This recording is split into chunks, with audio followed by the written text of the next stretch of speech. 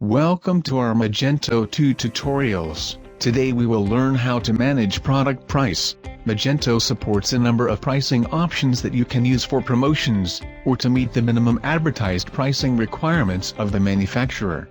First, what is advanced pricing?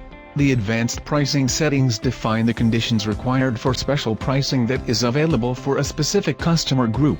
Open the product in edit mode.